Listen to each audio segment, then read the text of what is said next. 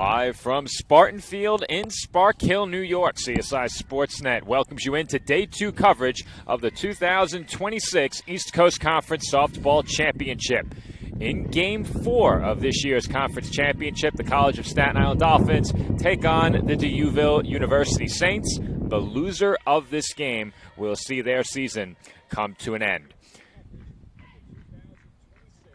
We do have a bit of an audio echo. I'll have to get that off my machine in just a moment. But Marina Grenier returns to the circle for the Dolphins in CSI's second game of this year's ECC championship. They fell yesterday 2-1 against St. Thomas Aquinas College.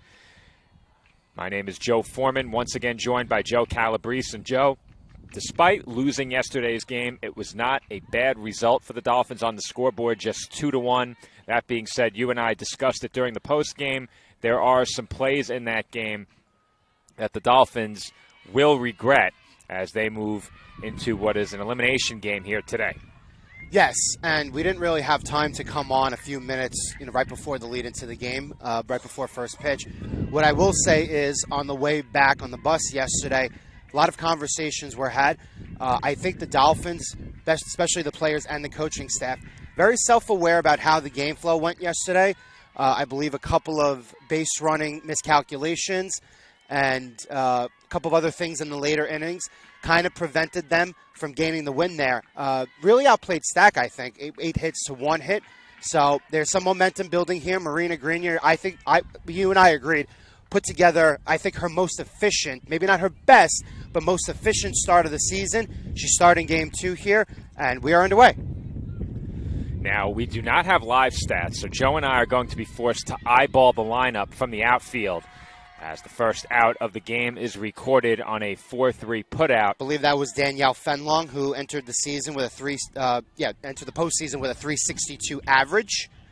So one of D'Youville's top players, after working the count in her favor, grounds out for the first out of the game.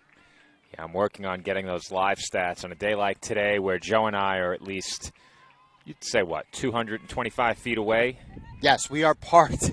Well, we are in right center field. So we're working on getting those live stats. Grenier misses low and away there. Count quickly 2-0. I believe from a distance, Joe, that's Grace Larson. Oh, wait, this is not softball, it's women's soccer. I was going to say, it looks like Frankie Morris, you're number right. 12. How? Is that a... I must have just clicked the wrong link because I was certain I clicked softball. You're right. That's Sophia Arno. Oh, Sophia Arno. Oh, you did not say Arno. I said that's Frankie a 2. Morris. I think that's a 2. Okay. Like I said, everybody who's listening, bear with us. We had a strong following yesterday as that pitch is fouled off towards the Spartan tent out beyond the left field fence.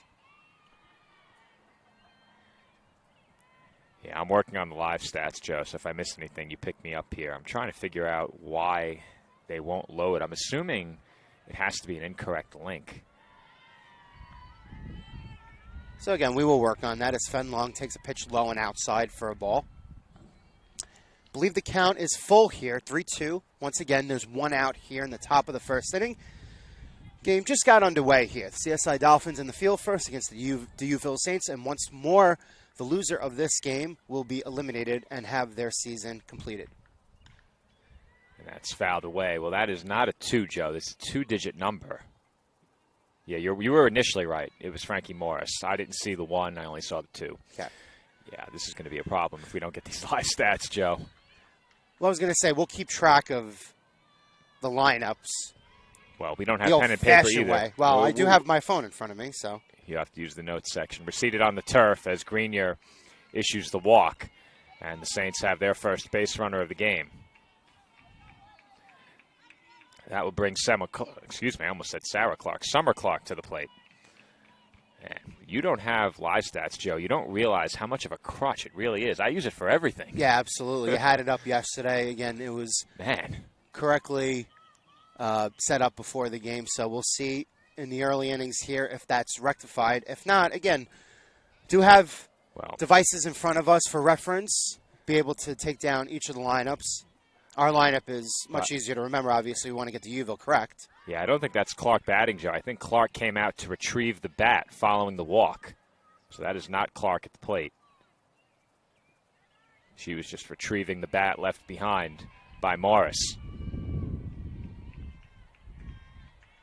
Get a good look at the number momentarily. Let's hope so. I was going to say, once we get through the first time The in first the order, pass, we'll be yeah. back. Yeah, we'll be good. The 0-1 pitch. Fouled away quickly, 0-2. I was going to say, unfortunately, they don't have the number on the scoreboard directly behind us and above us, but they do have the count. All right. I think that's Annie Jorgensen, Joe. Okay. Number 23. Yes. She's behind 0-2. And Grenier just missed. 1 ball and 2 strikes.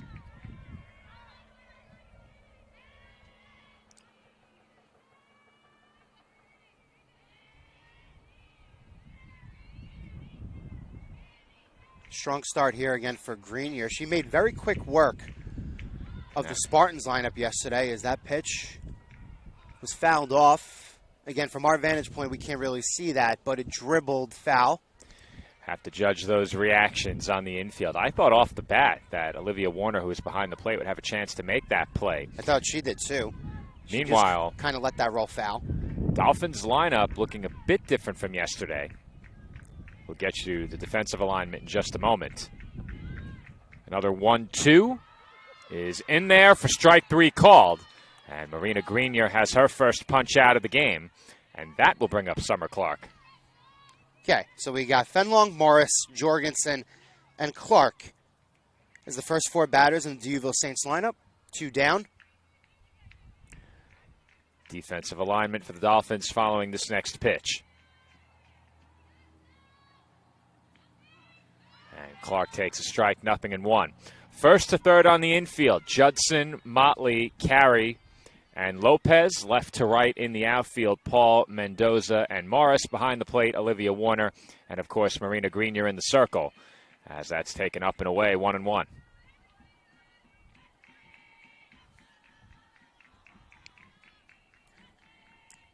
Quick to note here, the home plate umpire giving us delayed strikes here a couple times in the first inning. That one, a no doubt low and away pitch for a ball.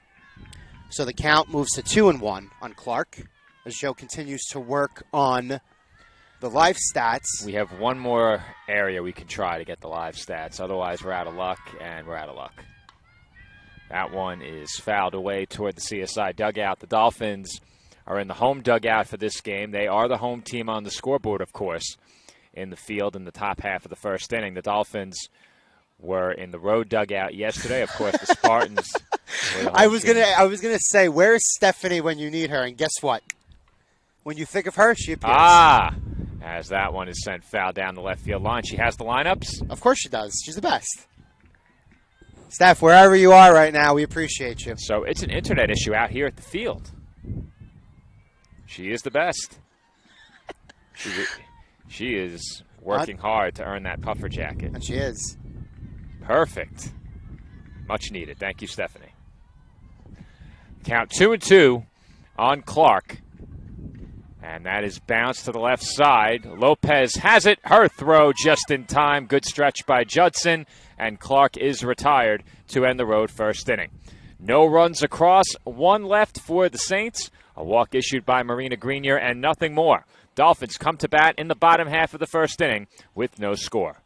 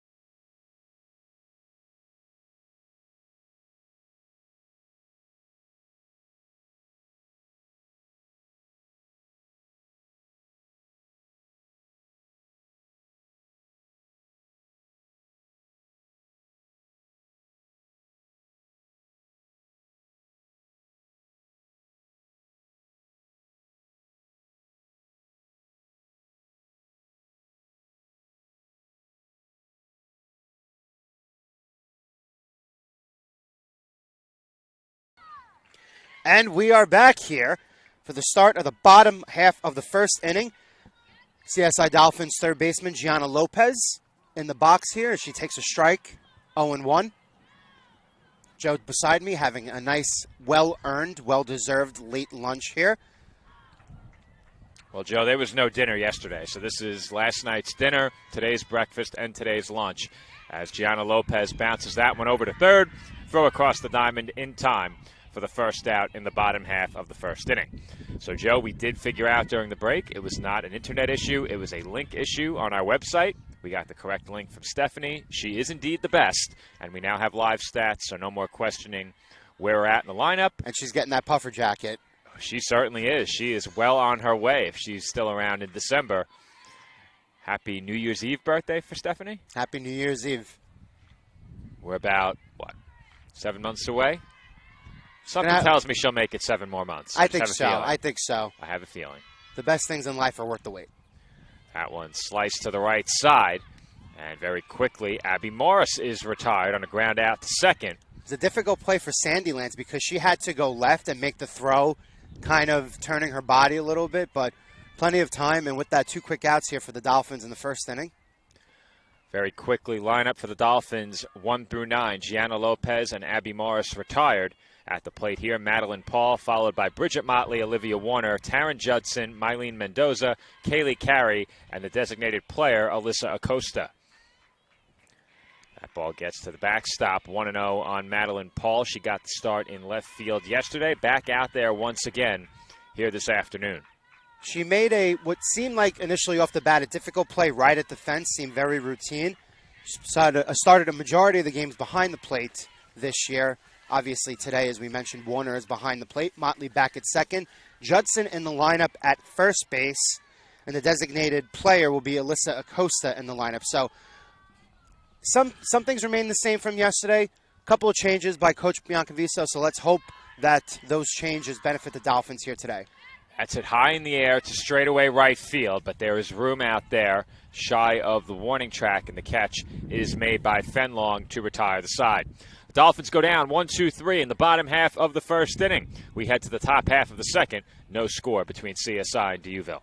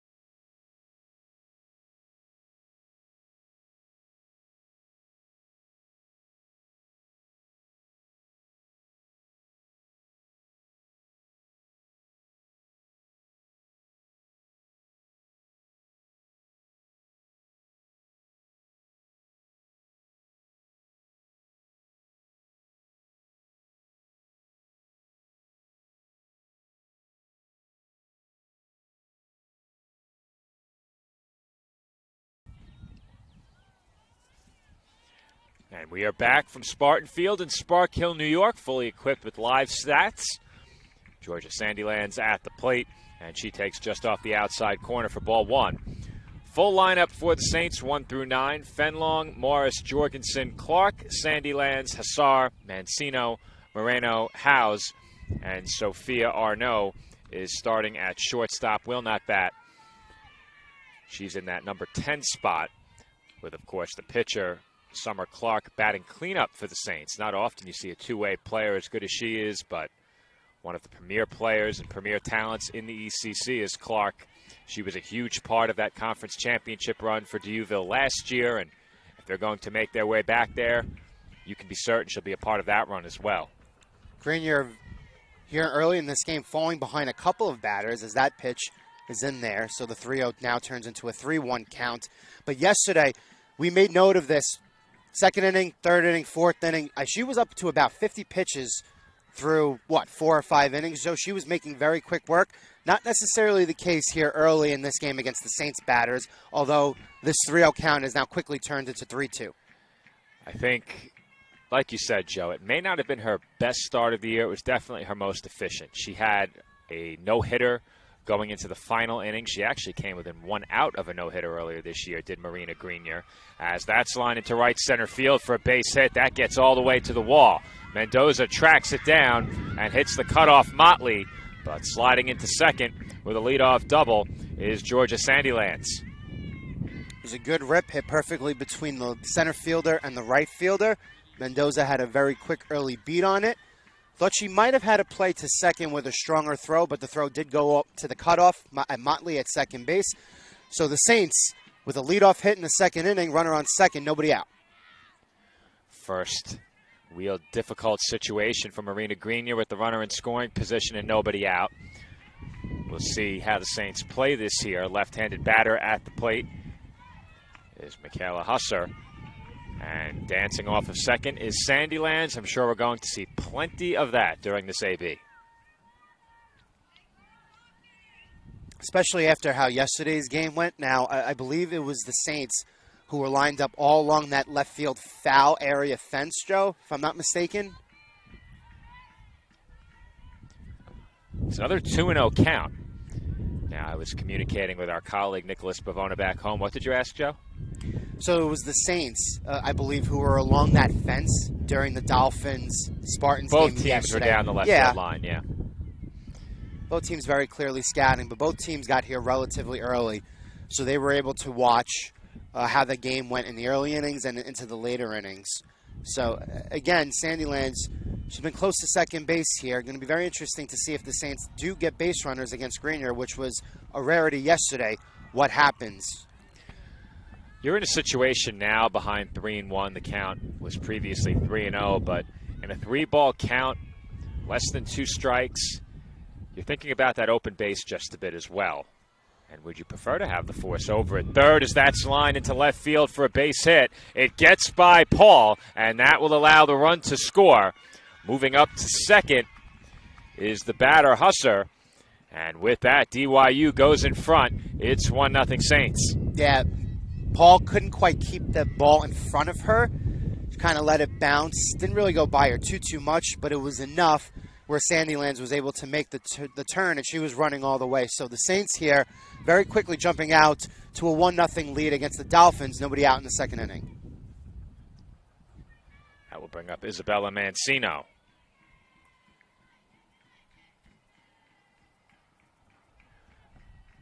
Husser replacing Sandylands in scoring position as bunt was shown by Mancino. She took, I believe, ball one. Indeed, it does go up as a ball. Dolphins aggressively moving in down the line at third. Lopez certainly capable of making a play if the bunt is hard enough, turning and throwing to third, but I'd be inclined to think they take the sure out. Don't really consider that play at third. There's a swing on 1-0. It's sent foul and out of play down the right field line, 1-1. Didn't see too many bunt scenarios with the Spartans yesterday with their strong lineup 1-9. Bunch of 300-plus hitters this year. Wasn't really needed. Not necessarily the case here. See if the Saints do attempt it.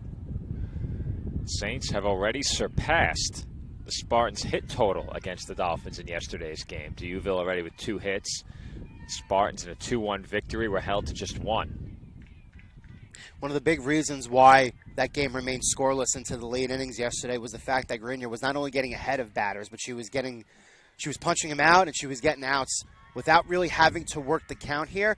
I would say through the first 2/3 of the Saints lineup here, and again, we're very early in the game in the top of the second, Joe, it seems like for each of these batters, she's already had to work 4 or 5 pitches. Pitch count is kind of not creeping up there just yet, but a little higher at the moment now, and it's going to be expected to be higher as the game progresses. Well, I think you're entering territory right now where if Grenier were to issue a walk here, it's 3-2 on Mancino, who did look to bunt earlier in the at-bat. And that one sent down the line. Could be trouble, and it is a foul ball. Just foul. Whew. Not by much, at least from our vantage point, though. I think there may be a little more room than it appears down that right field line. Yeah, I was going to say, I think right field down near the fence area over there has a little more space than left field. I think you're right. So the count stays 3-2. Husser, the runner over at second. This is an important out, Joe. It's a big one. Yeah. See if she can get it. Long look in ahead of the payoff pitch. Grenier delivers. That's hit in the air just beyond the infield. And was it caught? No. It was trapped. Morris fortunate to trap it. But she really, really effectively trapped that because she kept the runner at second base because the runner on second base didn't really have a great read on it. I don't think anybody did. Did she have a chance if she dove? I don't think so. And I think if she would have dove, I think she would have chanced the ball getting by her. And at this point, at this juncture, this early in the game, I don't think you could do that. Is it worth it? I don't think it was worth it. I think the only way it pays off is if, obviously, you make the catch. But the ball was up in the air long enough where I think Mendoza had her backed up. I think she had the backup on it. But if you dive and hit the ball away with your glove and send it into the left field, or I should say the right field corner, there I am, confusing left and right again. Then you have a problem. I did the same thing yesterday. It's all right. Like I said, nobody's perfect. Gabby Moreno at the plate. Ahead 1-0, 2 on. Nobody out for Deauville here in the top of the second. They lead 1-0. Moreno showing bunt, takes high, and now it's 2-0. And I think if you're the Dolphins dugout, seeing Grenier consistently falling behind hitters, I think the leash tightens just a bit here. I was going to bring this question up, Joe. We're now, 8 batters in? Is Moreno the 8th batter or the 9th batter? I can tell you that in just a moment. She is the number 8 hitter. Okay. How many times has Grenier gotten that first pitch ball today, not strike? Oh, Moreno just took a huge cut and missed. It's now 2-1, but looking for the fences there. Grenier's been behind 2-0 at least 3 or 4 times. Right. And it was not the case yesterday. Not at all. And against a very talented Saints lineup, it's tough to battle back from behind 2-0, 3-1. Those hitters counts. 2-1. Hit in the air toward Mendoza in center. She makes the catch. No advance.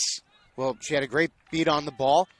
I think, again, the runner on second base wasn't really in a position to tag. Certainly not. Certainly not. So, I mean, that's a huge out, Joe. Huge, huge out.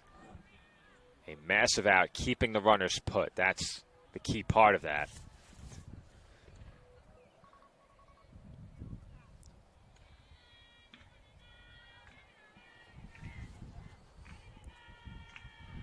First pitch on the way to Shannon Howes. And Howes is ahead 1-0. Another first pitch out of the zone. Makes your job a lot harder as a pitcher. I was going to say, like the Spartans lineup yesterday, there's no easy out. According to the Deauville website here, Howes 322 this year, 39 hits. Howes looks at a strike, 1-1. Well, I say it all the time, Joe. Not all number 9 hitters are created equal in terms of production at the plate, but considering that it is the bottom of the order, these are the outs you need to get. As Howes calls for time. Before you got here, I was having a conversation with, yesterday, the Spartans 9 hitter was Naya Diaz. So I was talking with her father, who was cluing me in, and kind of had the same assessment here with the Saints as he did with his daughter on the Spartans. Again, 1-9, no easy out. Wasn't really too fond of his daughter's performance the first half of the season, but it's another conversation for another time. The count here is now 1-2. To Howes. The inside scoop here on Sportsnet is that's taken high. That's why we're the best in the biz. The count 2-2 now. Not self-proclaimed either. It's everybody telling us, Joe. Everybody's saying Sports Illustrated saying it. Everybody's saying it. Yeah, you know. CSIDolphins.com says it.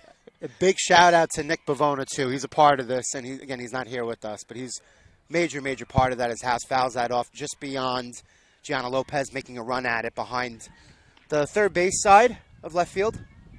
Came up maybe a thread short of making that grab. The count even, 2 balls and 2 strikes on Howes, the Saints' number 9 hitter. Big pitch coming up here for Grenier. And that's up and away, ball 3. That runs it full. It's now, I believe, the 3rd time in this game that she's had a full count on a batter.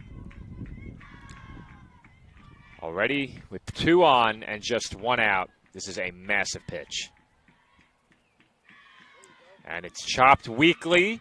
Motley has it and gets the out at first. That moves 2 into scoring position, but Grenier records that all-important second out. I was going to say, one of your favorite expressions, that was effectively a swinging bunt because Motley really only had 1 play. and she had to cleanly field that ball, and if she didn't cleanly field it, I don't know if she was going to get housed running to first base.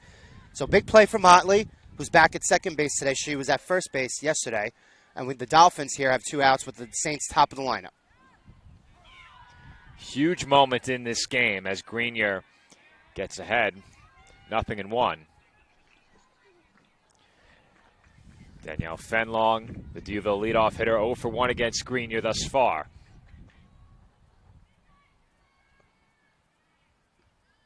And that pitch misses low off the glove of Olivia Warner, 1-1. Again, Saints with second and third. First base currently open and unoccupied with Taryn Judson there for the Dolphins today. And that is lined just foul. We've seen a couple of those already. Tough to read that line in right field from our perspective, but we've seen a pair of line drives sent that way. And now Grenier is 1 strike away from escaping trouble here in the second. She's really had to battle so far. She really didn't have to do that until the 6th inning yesterday. It's a different game flow here. And that misses up and away, 2-2. 2 balls, 2 strikes, 2 outs. 2 on. Have any more for me? The second inning. And there's a bouncer to Motley. To 2-2. And that's out number 3. All aboard the 2-2 train and on to first base as the Dolphins get the final out in the top half of the second inning. We head to the bottom half of inning number 2 as the Saints strand a pair. However, they do get on the board for the first time in this one, and they lead Staten Island 1-0.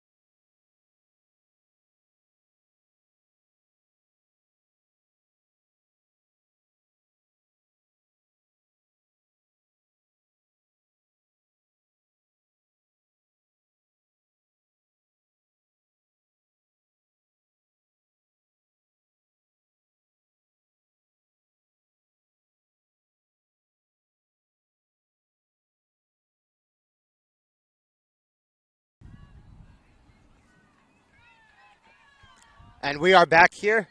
Start of the bottom half of the second inning. As Bridget Motley at the batter's box takes strike 1. The Duville Saints were able to get just 1 on the board against Marina Grenier. Grenier was able to pitch out of trouble in the top half of the second inning, stranding runners on second and third as Motley fouls that off in front of the Dolphins dugout. Very quickly, she's behind in the count, 0-2. My broadcast partner and colleague, Joe Foreman, had to step away off headset momentarily, so I will be calling the game. Rarity for me. First time this year, a true play-by-play guy as Motley takes that one in the dirt. So the count moves to 1-2. Summer Clark made very quick work of the Dolphins in the bottom half of the first inning. Dolphins went 1-2-3 as Motley grounds to short. Routine play. Out is made at first. Dolphins 1 out here as we get you the updated lineup. And again, there were several changes from yesterday.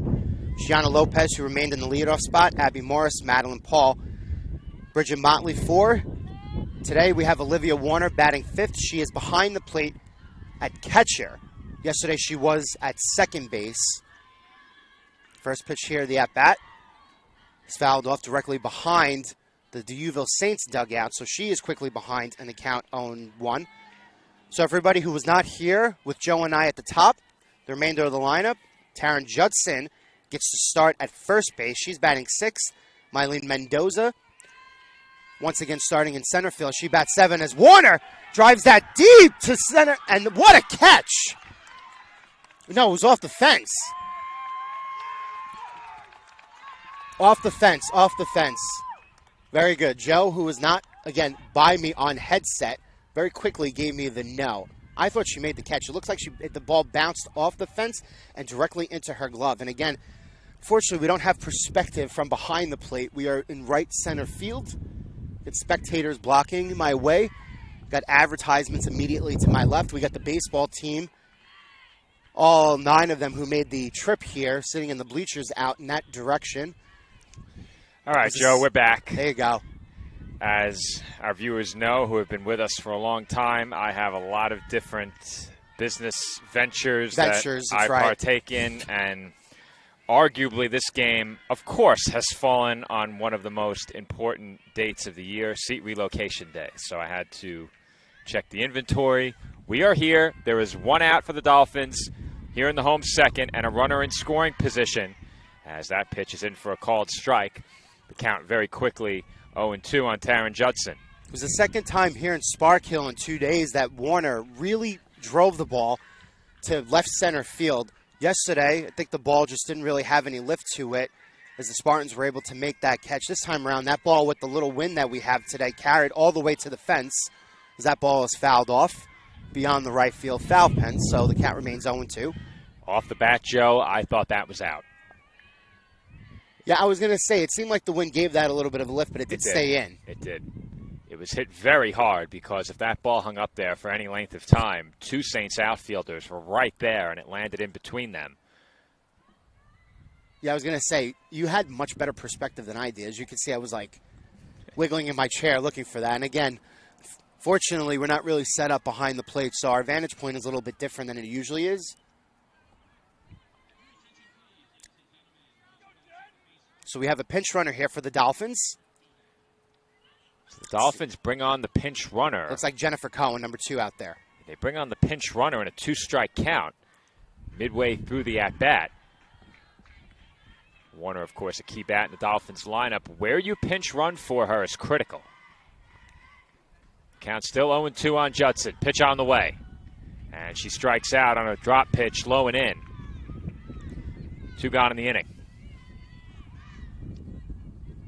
Number 7 batter, Mylene Mendoza, to the plate. Once again, getting the start in center field like she did yesterday, like she's done for a majority of the season. Mendoza to the plate in a massive spot as she takes a strike.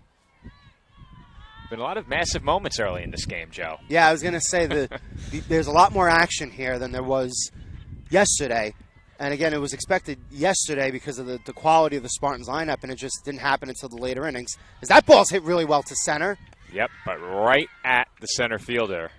And that's tough luck for Mylene Mendoza. She hit it straight into the glove of Shannon Howes, and that will do it for the Dolphins in their half of the second. No runs, 1 base hit, and 1 left. We head to the third. Deauville leads Staten Island 1-0.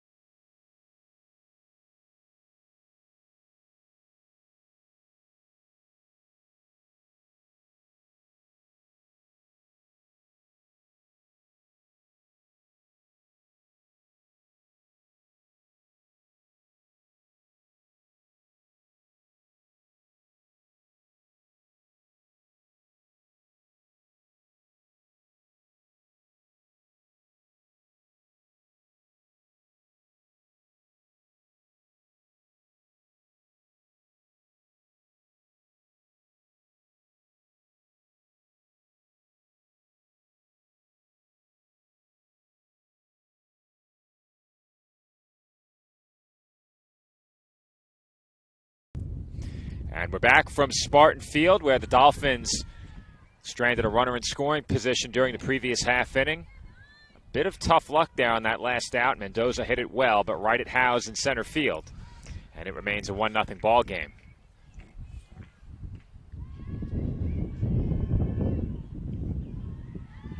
That pitch finds the zone for a strike, 0-2. Have to give the live stats a quick refresh. It is Frankie Morris, another left-handed batter in the Saints lineup at the plate. Top of the lineup for the Saints. As that pitch is outside here, the count goes from 0-2 to 1-2. But Grenier, very good job here to start the third inning, getting ahead 0-1 and then 0-2. She's going to have to do that more in this game as it, again, moves on. It's 2, 3, and 4 due up for Deauville as the count evens up 2-2. I'm going to say the sun also moving in and out here. Yesterday it kind of stayed out all day. There wasn't really much cloud cover. Today a little bit different in Spark Hill, but still pleasant outside with the breeze. It's much cooler today, Joe. Yeah, but it's like a spring cool. You know, if this was like 2 months, we'd be in like winter jackets, and that wouldn't be pleasant. Well, this is perfect khakis and polo weather. Shorts and polo, not quite. Well, I'm wearing the khakis and hoodie, and you're wearing the polo and the shorts. Yeah. Pitch on the way. And the 2-2 misses low and in. Count full, 3-2. Seems like it just missed inside because there was that pitch earlier in the count that was called a strike that was kind of at the same level, right around the knee area. This is the best perspective of the strike zone you and I will have all year as that's hit deep to left. Paul at the wall, can't make the catch.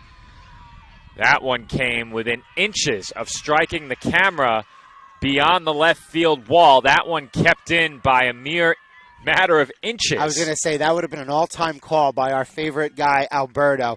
He said, the camera guys, we've got to watch out there in left field in this game, and sure enough, he was right. And Paul's shaken up. She hit the fence awkwardly, reaching up for that ball. I believe her right arm may have hit that plastic covering on top of the fence. Yeah, it almost, so she reached over the fence again to try to, well, I guess make the robbery of the catch. And it seemed like the ball hit just below that top left covering, right? She's coming out, Joe. That can't be pleasant. I think what happened, Paul, a right-handed thrower, she was backing up to the fence to try and make the catch. Right. And she was feeling for the wall. Right. And the ball was hit so hard and she was moving so quickly toward the fence that she really didn't get a chance to feel for it. Instead, she essentially ran straight into the wall and she with that bracing arm. Yeah, and I guess she wanted to elevate her right arm over the fence to try to make the catch with the left. And it seems like, again, looking for the feel for the fence, she didn't really have time to do that. So, again, from our perspective, it seems like she kind of just ran straight into the fence, but it seems like she's shaking it off. Thumbs up. They waved for a substitution, Joe. I thought Emma O'Neill was already out there on the field. Nah. Maddie's tough. That's why we call her Hit Girl. That's funny. I did see the very nice Photoshop job you made earlier. Bus ride in was very fun, very lively. A lot of wigs on the bus. And again, coming off of yesterday's loss, which I think would have deflated maybe other specific teams, not this one. Lost in all of that. It is a leadoff double and now a bunt. And the Dolphins will get the out at first, throw across the diamond, but Morris not moving off of third. And the Saints now have a runner at third base with just one out and a chance to make this a two-run ball game. It's a nice play by Gianna Lopez, too. She's been very good at third base this year, especially fielding those tricky in-between bunts where Grenier kind of can't get out of the circle enough into position to field that. So nice job by Gianna. One out, runner on third. Grenier was able to strand runners on second and third base to end the top half of the second inning. So we'll see if she could do that here as the count goes to 1-0.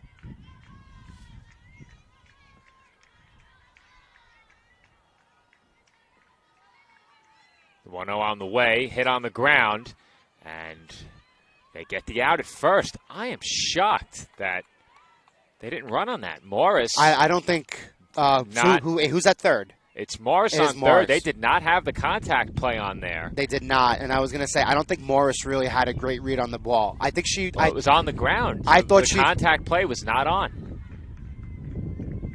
I mean, that's a situation where, as a shortstop, that's going to be a tough throw to the plate. That ball was hit slowly. Right, especially with, again, with Warner at the plate, who wasn't starting a catcher yesterday. So, again, big break for the Dolphins here. As I always say, Joe, sometimes better be lucky than good. So, 2 outs. Green, you're ahead in the count here, 0-1. That was Summer Clark at the plate, the cleanup hitter for the Saints, who's had a great year. They asked Annie Jorgensen, their 3-hitter, to bunt, as that's hit in the air down the line in right, and it will land just foul. Motley making a big-time run into that area to try to track that down. She did not run out of real estate. Thankfully, it seems like the wind is... What would you say, Joe? Based, again, from our vantage point, the trees kind of blowing a little bit in our direction, I would think, right? Well, they do say, Joe, that I'm something of a meteorologist myself. Pitch on the way, and that is crushed to left. Forget it. The question is fair or foul, and it is a fair ball and a 2-run homer. Georgia Sandy lands with a 2-run blast to straightaway left field right down the line, and that puts the Saints in front 3-0. And the third base umpire immediately made that call, had the perspective here. And again, the foul poles, I don't know if we mentioned this yesterday, the foul poles here aren't really that tall, so any foul ball in that general direction is definitely going to need the discretion of the umpires.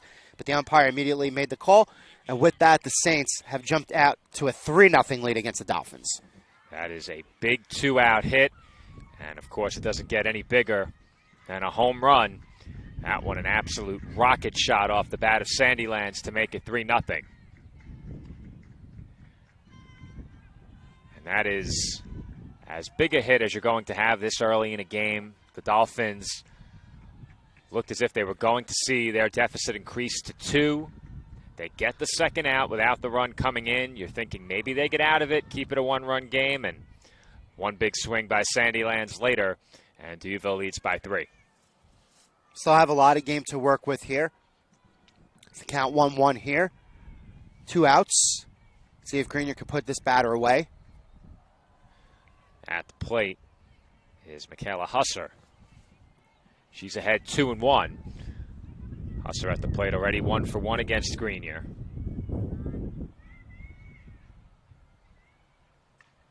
That's fouled back. So you have the live stats in front of me, in front of you. How many hits do the Saints have, Joe? Is it 5 or 6? I will let you know that in a moment. I have to refresh to get them updated because we're running off the hotspot. Okay. Sorry to put you on the spot. The box score is actually tough to find if you're not in full screen. Interesting. Please hold.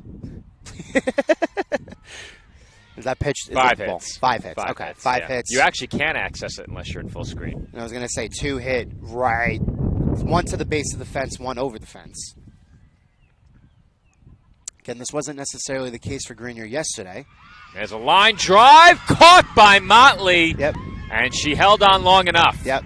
And the umpire signals that the ball came out on the transfer after Motley hit the ground and made the play. So nice play by Motley. Big-time defensive play to get the Dolphins out of the top of the third. 2 runs home for the Saints. The big blow, a 2-run homer by Georgia Sandylands. Deauville now leads Staten Island 3-0 as we head to the bottom of the third.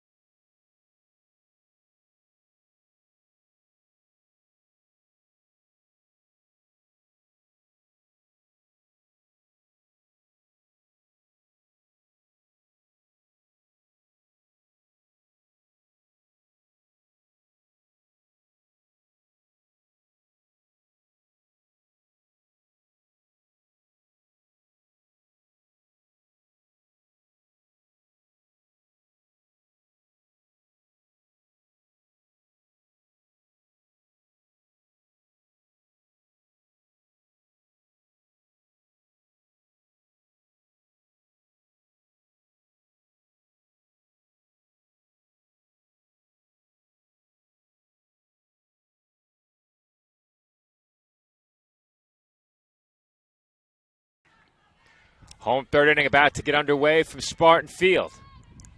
Summer Clark back to the circle as Kaylee Carey fouls the first pitch in the home third inning straight back, 0-1. Dolphins have had the one base runner in this game. They will send 8, 9, and 1 to the plate against Clark. And Clark skips one to the backstop, 1-1.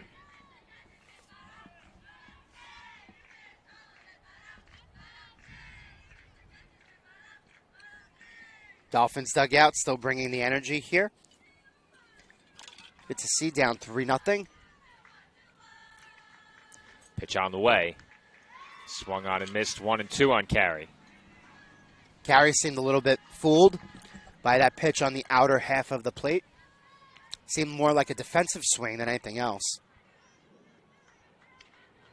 1-2. Taken low. Clark looked to go almost into that exact same spot, but that pitch definitely a little bit lower. Carey alertly was able to hold off and level off the count to 2-2. And the 2-2 is fouled away.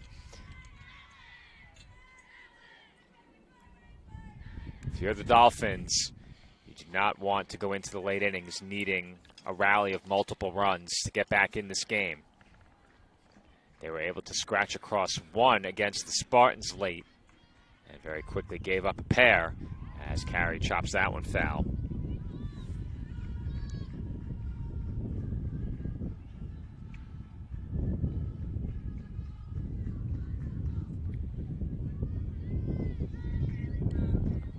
Got a little bit of wind behind us here today. Again, something that we did not necessarily have yesterday. It feels like the wind is blowing in, Joe. Yeah, I was going to say. But the ball's not carrying like it. No, no.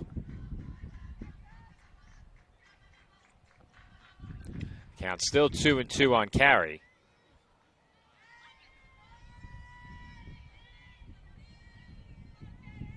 Pitch on the way.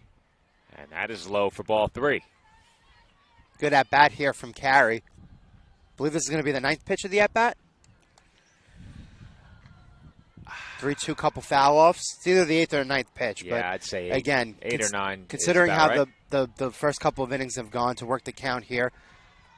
That's ball 4. Yeah, I was going to say she was going back to the dugout like she thought it was strike 3 from where we are. That seemed high, so. It looked like she thought that was ball 3. Oh, you're probably right. That's a leadoff walk issued by Clark, and now Alyssa Acosta will get her first at bat of this postseason. Acosta, the DP in this game, among the Dolphin seniors, could be playing in her final game as a Dolphin. And Acosta asked to bunt, offered at it and missed, 0-1. Also involved in that conversation that I had with Nia Diaz's father before, tipped me off and said that I think the Spartans, he said the left side of the infield always has played the bunt well. Deauville, not necessarily the case with them. So yesterday we saw a lot of bunt signals from the coaching staff of the Dolphins here as Acosta swings through that. So she was showing on the first pitch, not necessarily showing on the second pitch. We'll see if it plays a role for the Dolphins as the game moves on. But again, I think Deauville may be a little more prone to allowing a bunt, maybe a misplay on a bunt, as opposed to the Spartans yesterday. It's 0-2 on Acosta here. A foul chopper, a swing and miss, and a second foul ball. Or I should say the offered bunt and a miss, followed by a swing and miss and a chopper foul.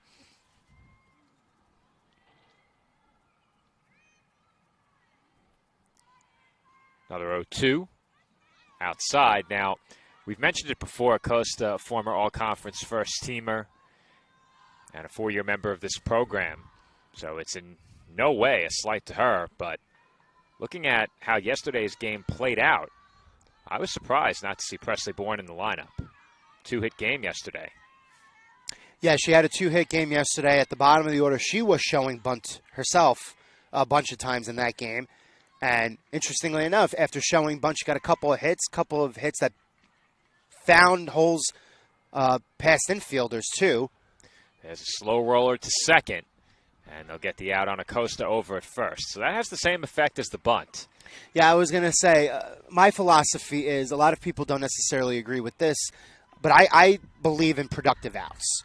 And I think Acosta there, very much so, a productive out. Dolphins have a runner on second in scoring position, a runner in scoring position for the second time in this game, but now one out with the top of the order coming up. Gianna Lopez at the plate here, and once again drawing Saints infield in with the threat of a bunt. But again, is the bunt signal actually on, or is No. she showing that? She's showing it. Right. There's no way they're bunting here. Right. No way. It's part of the dialogue that we had yesterday. And Lopez hits one off the glove of the second baseman, Sandylands, and she recovered just in time to get the speedy Lopez. I'll tell you something. Gianna very temporarily paused running down to first base. And I think that pause is what caused her to have the second baseman just have the throw beat her to the base. So maybe a little bit costly here, but the Dolphins do have a runner on third and with 2 out. It will be left to Abby Morris. And you get the feeling, Joe, the way this game's going, you have to have this run. Absolutely. They have to chop off at least 1 or 2. And Grenier has been so good this year that she can settle in and kind of do what she did yesterday for the first 4 or 5 innings and just feel like she's coasting through the game. She can hit the zone, but they absolutely need this run at third.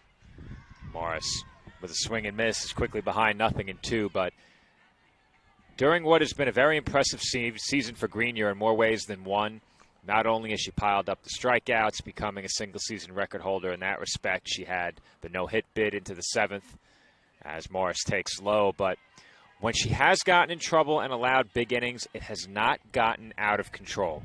She's been able to find her way back in and give the Dolphins valuable innings during a season where they only had 3 pitchers on the roster. And for the better part of the season, one of those pitchers was not available to them either. Very true. Emma Powell slowly worked back into the rotation late. I don't know if she started a game.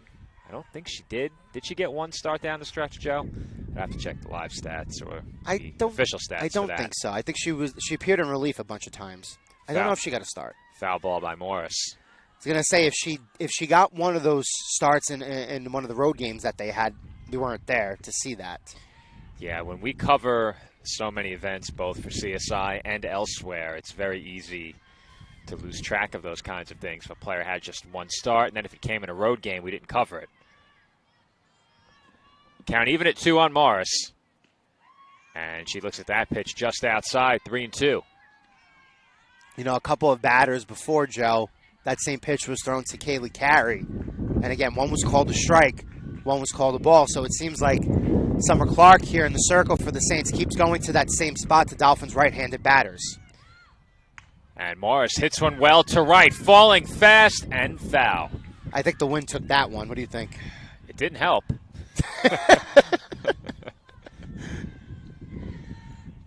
That's the 3rd or 4th time a ball has been hit down to that very same spot in no man's land, right field line, just foul.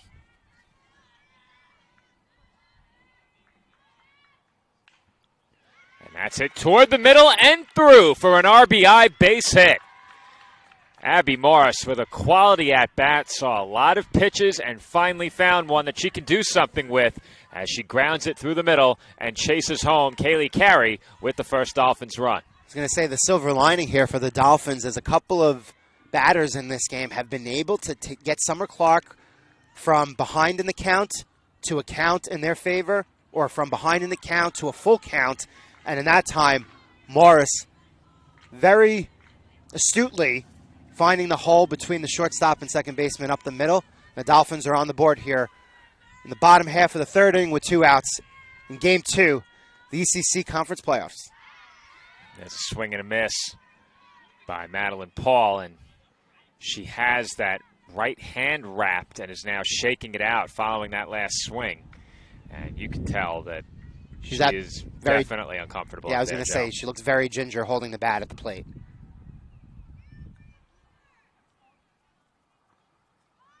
And Paul lays down a bunt, but it goes foul. And it was a 2-strike count, and she's down on strikes. And you have to think, Joe, that the discomfort. I was going to say, if that's the case, and she can't really hold the bat properly, and she's up there bunting with 2 strikes, you may have to pull her from the game. Yeah, I think she's going to come out of the game. She's not headed back to get a glove. So it looks like the Dolphins have lost their starting left fielder for the rest of this one as we head to the fourth inning here in Spark Hill. The Dolphins get on the board for the first time and now trail by 2. Our score, Deauville 3 and Staten Island 1.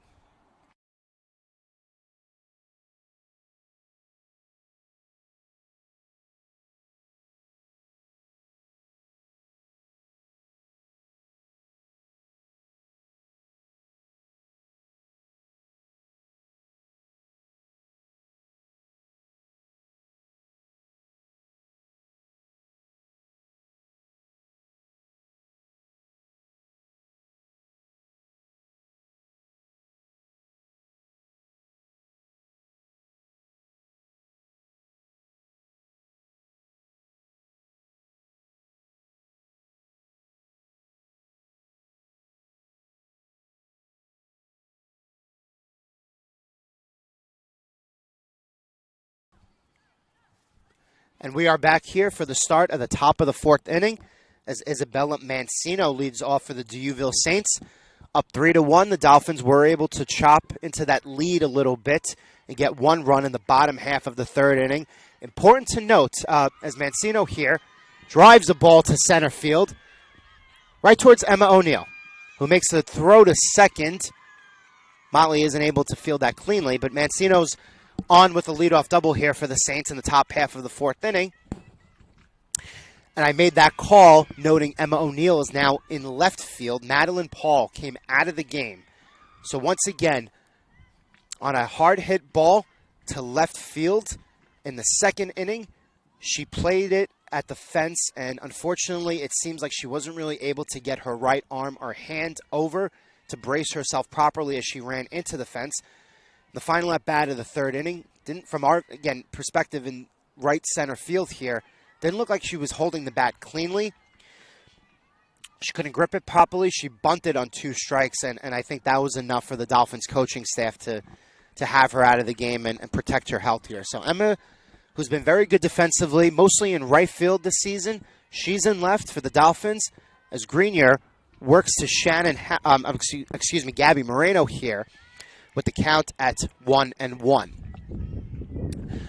Broadcast colleague and partner Joe Foreman once again had to step off headset temporarily. We're back. And we're back. Couldn't have timed that any more perfectly.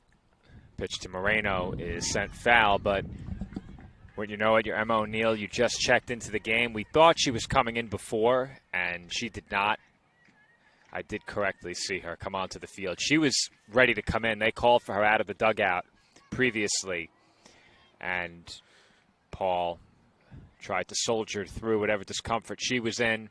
Once she got up to the plate, it just wasn't going to happen. As you mentioned, Joe bunted with 2 strikes, and once that happens, that's all your coaching staff needs to see. Now, as admirable as it is to try and gut your way through that, that's a big situation. Tying run at the plate and a runner on, and essentially you lost the at-bat completely.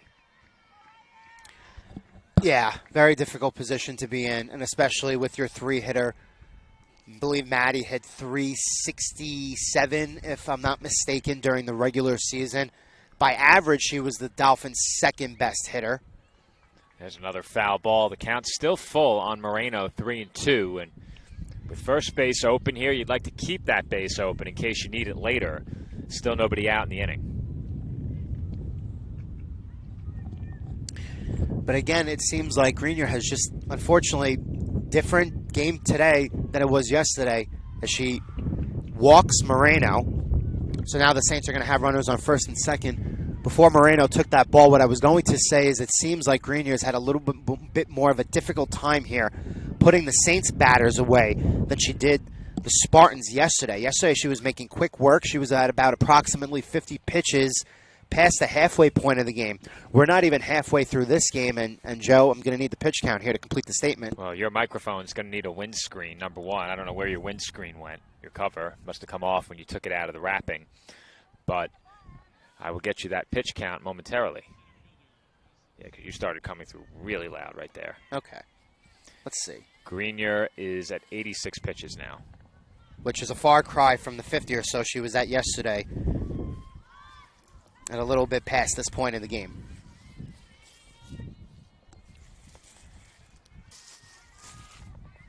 Runners on first and second for D'Youville. Nobody out here in the fourth inning. The count 0-1 on number 9 hitter Shannon Howes. You know what? I think when I took the mic out before, I didn't even see the screen on. Yeah, you had one yesterday, so we must have lost it at some point during the breakdown yesterday. And there's a bunt. It's a good one. Motley's only plays to first, and they get the out there, moving a pair into scoring position with one away in the inning for the top of the lineup. I was going to say, that's the second time in this game that Motley has had to make a play charging in from second base with the quick turn to Judson at first base to get the out. She's done it effectively both times. Fielded her position very cleanly at second base. And again, she was at first base yesterday for the Dolphins in the Spartans game. So top of the lineup here, Danielle Fenlong up. And a line drive to right, played on a hop by Morris. She knocks it down, one run in to score. And holding at third is Moreno. It's an RBI base hit for Danielle Fenlong on the first pitch of the at-bat. She wastes no time. And the Saints quickly regain their 3-run advantage. It's 4-1. And there was an earlier hit in the game, Joe, where Morris kind of had to run in and trap the ball a little bit. So a very similarly hit ball to Morris there. She really didn't have a play on it, and even if she had tried to dive, I don't think she was going to be able to make a play on it, as it seems like the Dolphins are going to have a pitching change here. And I would suspect that Kennedy Ruth is going to come on for the Dolphins. She's making her way in from the bullpen beyond the left field wall. And for the senior, she will inherit runners on the corners with one out. Here in the road fourth inning, D'Youville already leading by 3. Ruth trying to keep it that way when we come back.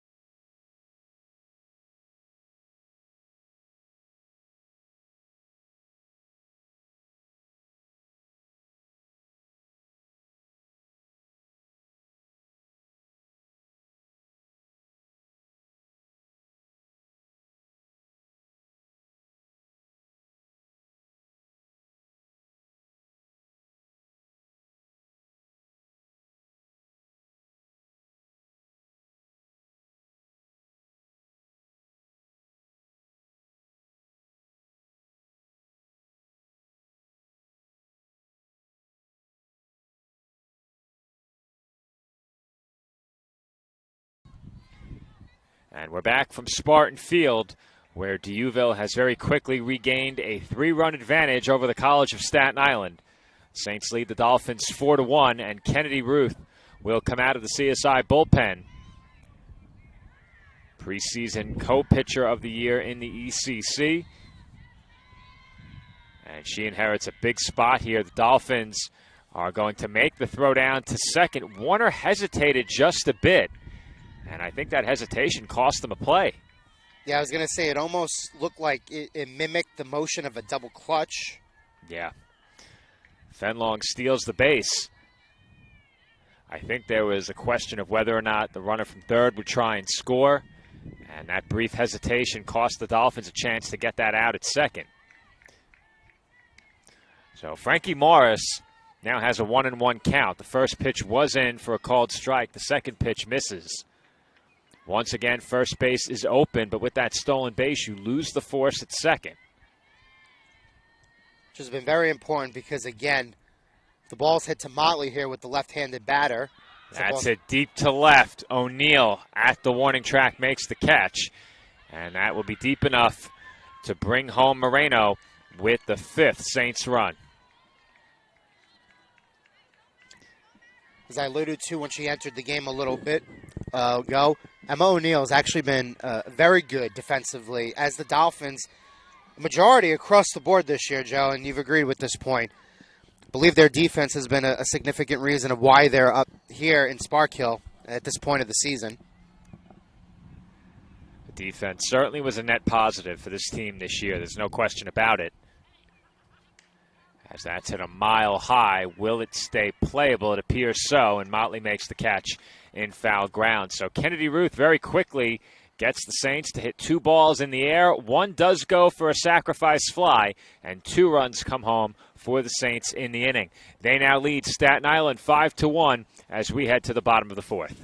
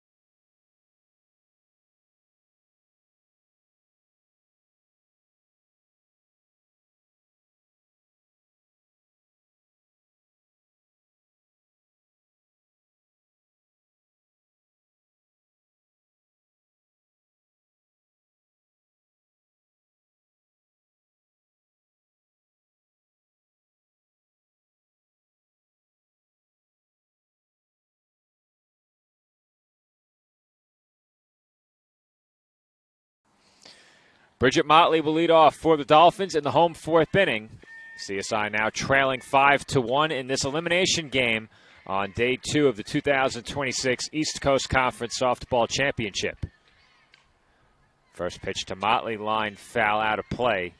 Down the right field line, 0-1. She had a hit yesterday, Motley, but I think that was her best cut in the 2 days here in Spark Hill. 0-1. Hit well deep to center field. Forget it. I lied. That was. That one lands just beside Joe and I. It's a solo home run for Bridget Motley. The Dolphins are back to within 3. Dieuville now in front, 5-2. Motley's bat has been coming on the later stages of the season. I think the first half didn't quite go how she wanted to. And I think she put in a lot of work in the offseason, added some strength. Thought she was going to have a bit more pop to start the season, but we've seen that pop definitely come on later on, and I think that's a big home run. A leadoff home run, Joe. Bottom of the 4th inning here. I know it's still a 3-run game at 5-2, but you could see that gave the Dolphins dugout a little life. Rain has begun to fall here in Spark Hill, and I don't know how much of that we can withstand with our setup, Joe. We are not covered, so we will do our best to stay online for as long as we can. Nick back at home says the 2-2 train provides you and I with a souvenir. That's right. How about that? Now the question is, are we clearly visible on the live stream? If they switch the camera to track that ball over the fence, you definitely will have us in the shot. And guess what? We didn't flinch. Never a doubt. Olivia Warner at the plate, and the count evens up 1 ball and 1 strike as she takes on the inside corner. Well, I'll tell you something. Down 4 runs to start the inning, now down 3. I think the Dolphins had the best part of the order here to try to cut into that lead. Warner just missed a home run earlier in this game. She did. Just missed it. Did it hit the fence before? Again, I didn't really have a great... It hit the base of the wall. It hit the base of the wall. You had a much better look at that than I did. It hit the base of the fence. And Warner rockets one foul. Count even 2-2 now. Good cuts here from Motley to start the inning. Good cuts here by Warner to follow. Wedge that underneath the metal column so it doesn't blow away. Okay. Thanks. The 2-2. Swung on and missed as Warner chased out of the strike zone. Yeah, it was a great drop pitch there for Summer Clark to get the first out at the bottom of the 4th inning.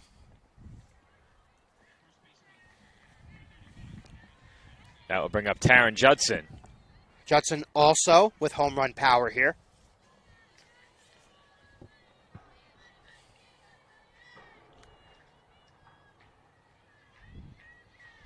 Pitch on the way from Clark. In there for a strike, 0-1. Nick just confirmed via replay that we did not flinch. Thank you. We got Nick at home. We got Steph at home. It's really a team effort. There's a chopper right into the glove of Clark. And she needed all 6'2" of her frame to snag that one as she tosses to first to retire Judson. It was a good observation. I was going to make the same one.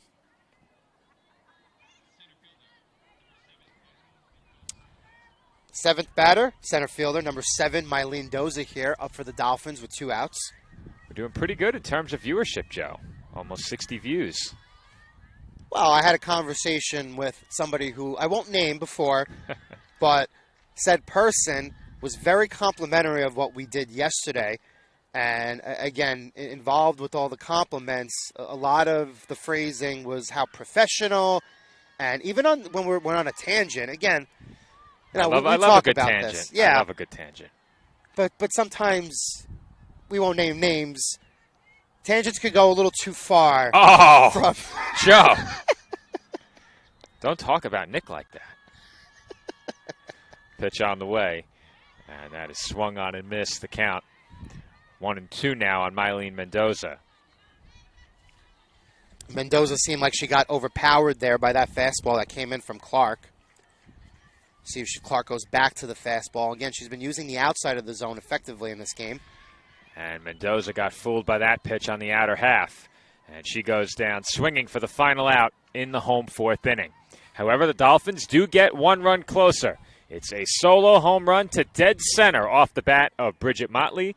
And a souvenir for Joe and I makes it 5-2 Saints as we head to the 5th.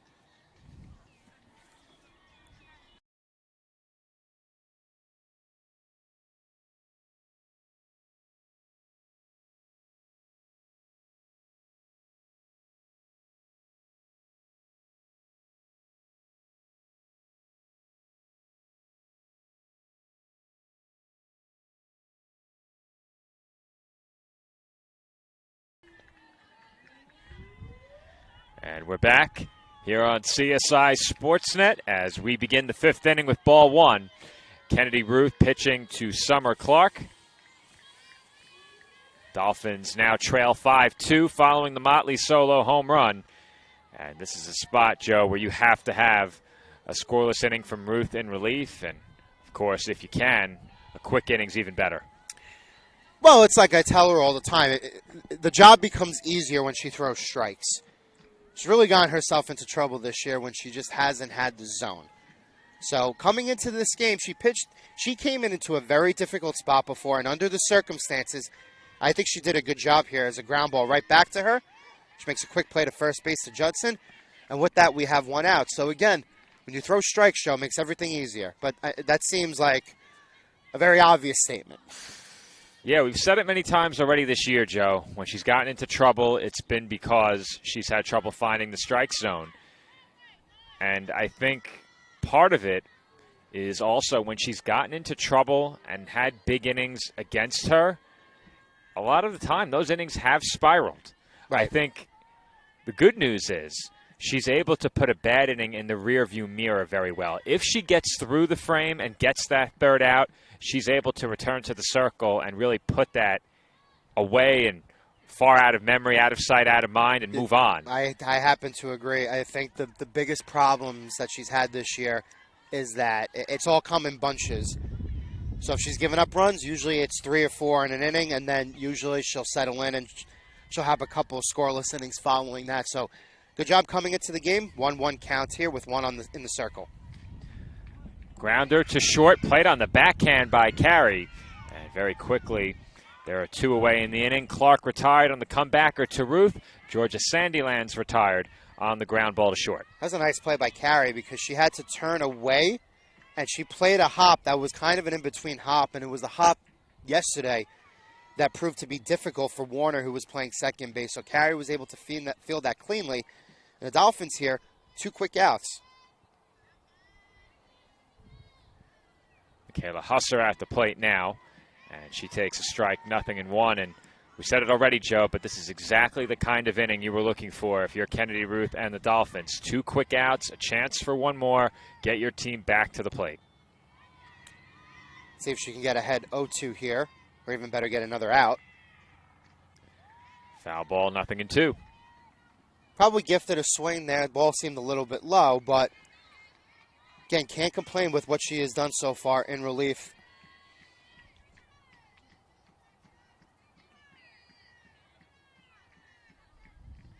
The 0-2 on the way. Long look in ahead of that pitch from Ruth. And it skips in for a ball, 1-2.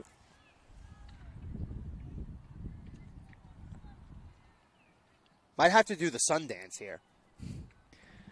Well, now we're looking at a scenario where from our perspective, every single inch of sky around us is covered with clouds. It wasn't that way yesterday. It was all blue. It's been raining for the last 10 minutes or so, as Ruth has the strikeout. Husser goes down swinging, and that will do it for D'Youville in the 5th. Dolphins come to bat in the bottom half, trailing 5-2 when we come back.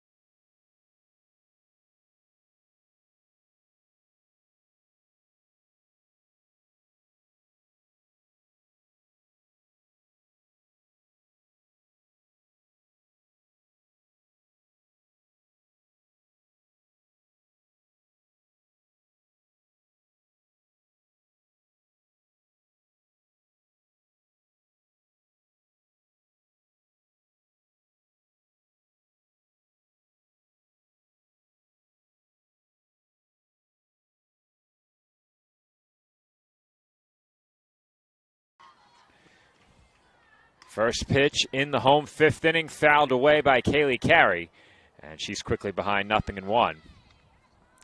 Carey drew a walk in her last at-bat, came around to score the only Dolphins run to that point. Bridget Motley delivering the second run for CSI with a solo home run.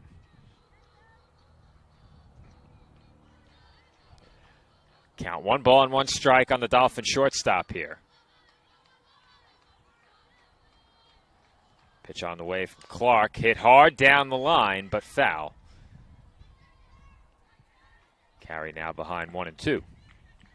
And she was in a similar position in her first at-bat, and she was able to battle all the way back to draw that walk. So let's see if she could do the same thing here with Summer Clark still in the circle for the Saints with a 3-run lead.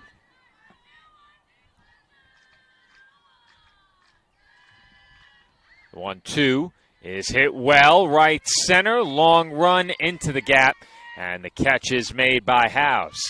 That was hit really, really well, and unfortunately for Carey, she just got under it. Great jump. I was going to say the center fielder also with an excellent jump to make that play. We are right behind the right center field wall where that ball was hit. House got a great jump on it. I was going to say, we probably were in that shot too. Oh, we definitely were in that shot. I thought off the bat that was going to find the gap. Alyssa Acosta at the plate now takes a knee-high strike, 0-1. Acosta grounded out, I believe, in her first at-bat. Yes. We call that effectively a bunt. Swinging bunt. Out. Yeah. It was a swinging bunt. It was a productive out. And they're playing her way in to slap as she sends it foul. So she does slap. Slaps towards the third base side, but just foul.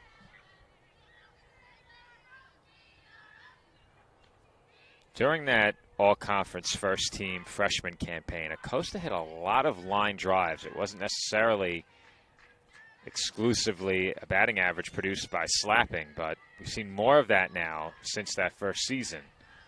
But if you miss up to her, she can send the ball into the outfield, no problem. Haven't really seen her get under one this year. Now would be the perfect time for that. Well, they're pitching her down.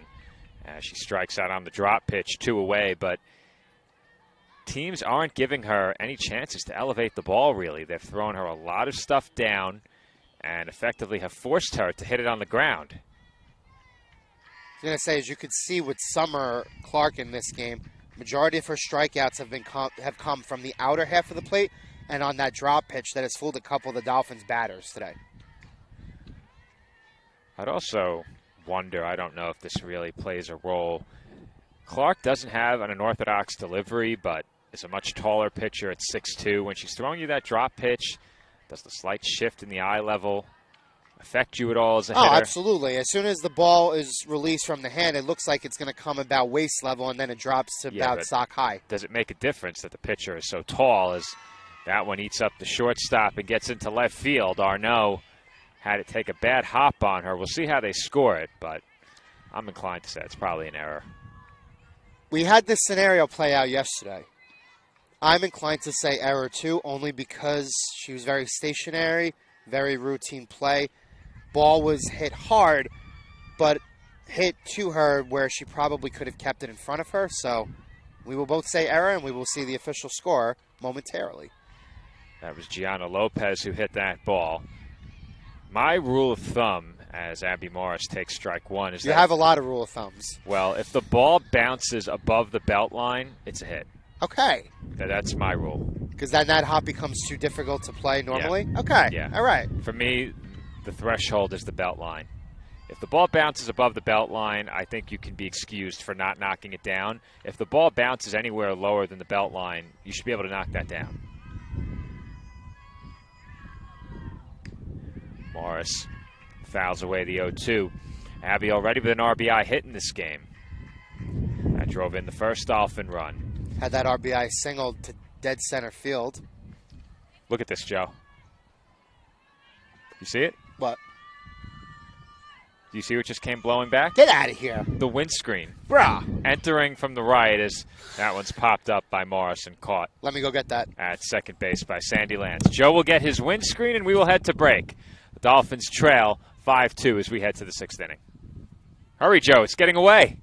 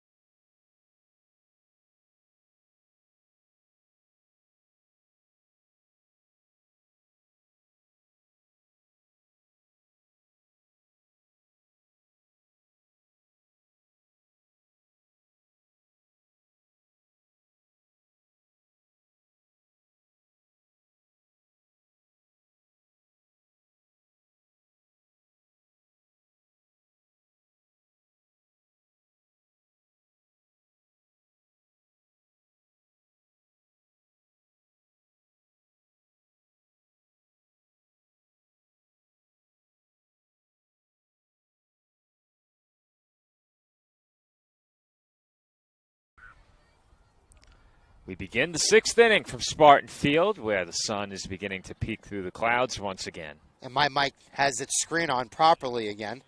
Got a couple of extra steps in. That was rather remarkable. Remarkable. It almost got away from you there. I had to encourage you on to chase it during the break.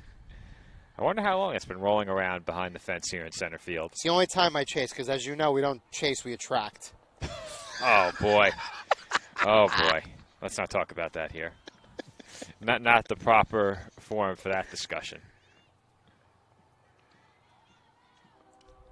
Kennedy Ruth back to the circle for the Dolphins. And quickly The count evens at 1 ball and 1 strike. I do not think, since she has entered the game, that she has worked with a 2-0 count. I think she has gotten either the first strike or gotten it to 1-1 every single time. Again, don't hold me to that. Isabella Mancino is the batter as Ruth finds the zone there. 2-2. Though, I'll tell you, Joe, I think they had the wrong count up previously. I think it was 2-0. It was 2-0. And it mistakenly read 1-1, and now it's 2-1. Now that's that would be ball 3-1. Yeah. So the scoreboard is over Joe's left shoulder. We are seated directly underneath it. That's where our power line is. Thankfully, my 10 feet of extension cord, just enough to get us by. The 3-1. And the count was correct initially. I had it right. That is ball 3. I was right all along. I'm never wrong. I'm never wrong. I Well, was right all along, Right. and I trusted the scoreboard. What was I thinking? Well, I don't know what you were thinking. I wasn't. We've been doing this a really long time, and that includes Nick, who, again, is not here. Payoff. Hit well down the line, but foul. But now we have it right, and it's full, for sure. Another payoff pitch upcoming. Whenever you see the umpire signal the count with his fingers multiple times in an at-bat, you could probably assume that the scoreboard is wrong. That's hit the other way. Will it stay in play? It will not. This is the part where I say, now you know what happens when you assume things, which is usually what you say. And you know what I always say when What we do you bring always up that? say? There's not enough room for another rear end on this broadcast. Oh, well, if anybody else was here, they would have had to bring their own chair. That's true. Very, very generously, you supplied me with the chair that I'm sitting in as you're sitting in the Jets chair. Yeah, the loser's chair. I supplied you with a ride in, a seat on the bus back. Unbelievable. What a guy. A chair. What a guy. A hotel room. Who's better than I don't the know. CFO? I don't know. I think our SID would agree with that statement. You'll have to confirm after the game.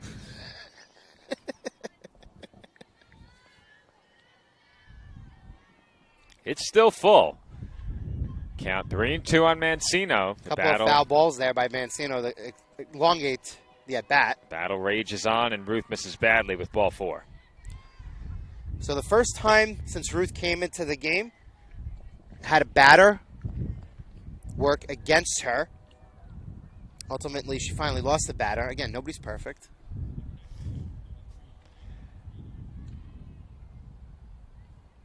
At the plate now, Gabby Moreno. Moreno 0 for 1.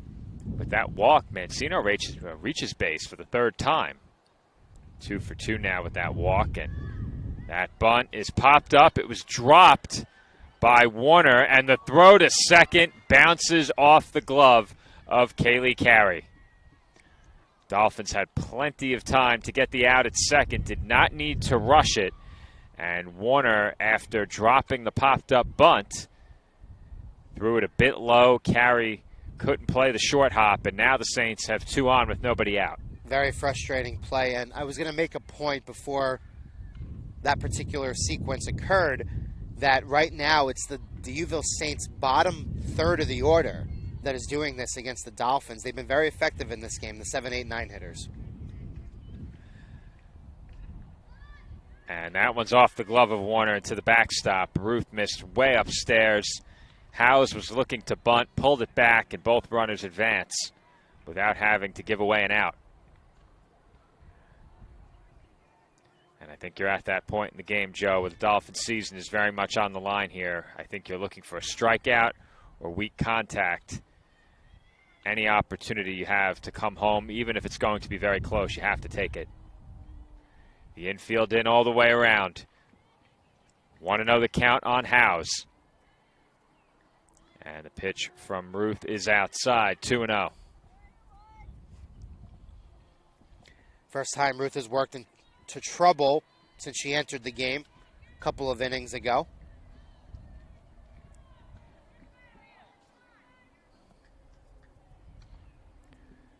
2-0. Line softly over short and into left field for a base hit. And that is not an extra base you want to allow if you're the Dolphins. One run in to score. The throw went to third, and moving up to second is Howes. Good heads-up base running there by the Saints center fielder. And if you're the Dolphins, you can't let that happen. Well, again, the infield was brought in because on a ground ball, if the runner goes home, they would have had to play it. You can't throw to third there. It gave away a free base. So it seems like we're going to have another conference at the mound here for the Dolphins, and Kennedy Ruth is coming out of the game. So Emma Powell will take over for Kennedy Ruth, and when we come back, it will be Powell in the circle. She inherits 2 in scoring position, nobody out, and the Saints lead the Dolphins 6-2.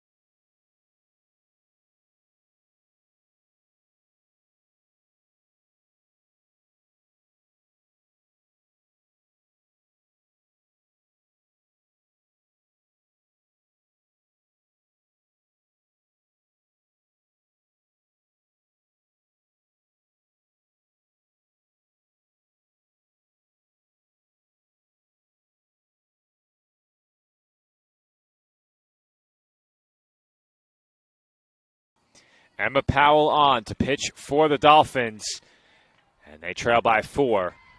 The Dolphins now with the middle infielders playing just shy of standard depth.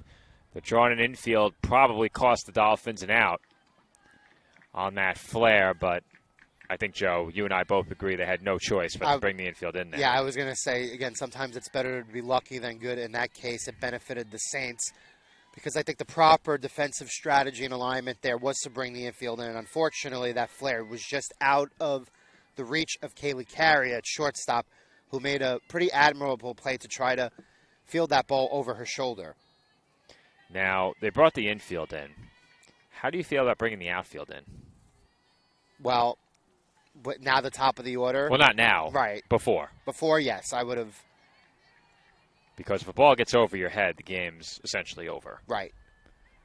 But it also prevents that, and you would have had that out.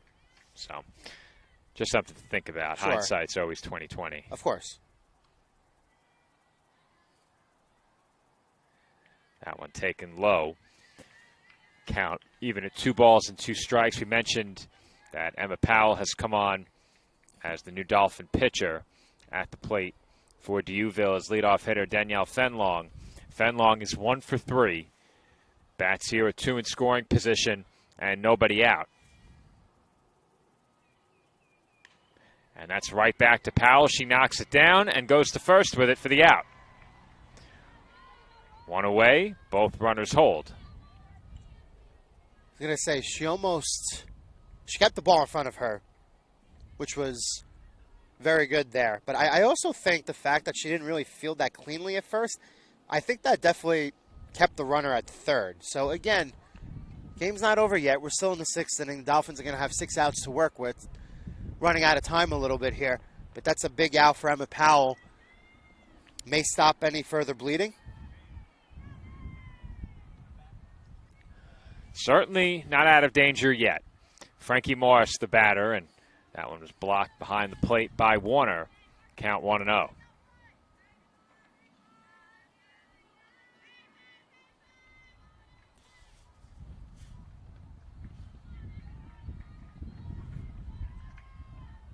The 1-0. Hit in the air, straightaway center. Mendoza there. Her throw to the plate is a bit up the line toward first. It gets away. It's in the dugout, and 2 runs will score.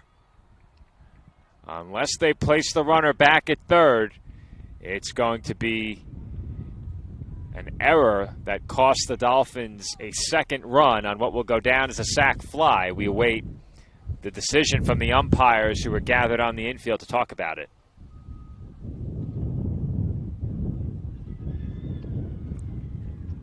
And they do award the second run.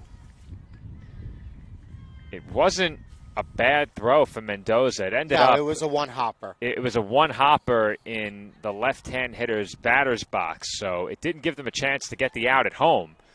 But if Warner gloves it, she won't have a play, but it keeps the second run at third. Right, which would have been important here. Yeah, now it's a 6-run game. I don't think they've changed the scoreboard yet, as the first pitch to Annie Jorgensen is fouled away. Well, this one's gotten away from the Dolphins here in the 6th inning. Now 2 outs, and they trail 8-2. They did change the score. I was in the inning column, not the score column. Okay. That's how close we are to the board. Yeah. I can't even read the headers over each number. We are right underneath the board. Yes, we are. Yes, we are. I'm going to turn out of my chair in order to see the left side of the board. Dolphins now very much with their backs against the wall here in the late innings. Would need a massive rally and a new season high in runs against Duville.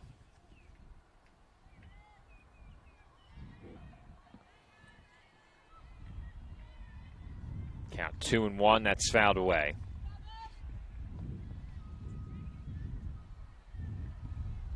So that officially goes down as a sacrifice fly for Frankie Morris. And I guess you have to give the error to Warner there. I was going to say E2. I would give that an error on the catcher for sure. The throw... I thought the throw was pretty good. The throw wasn't perfect. No, but Mylene's right in front of us, and she made a good throw to the plate. That's hit the other way.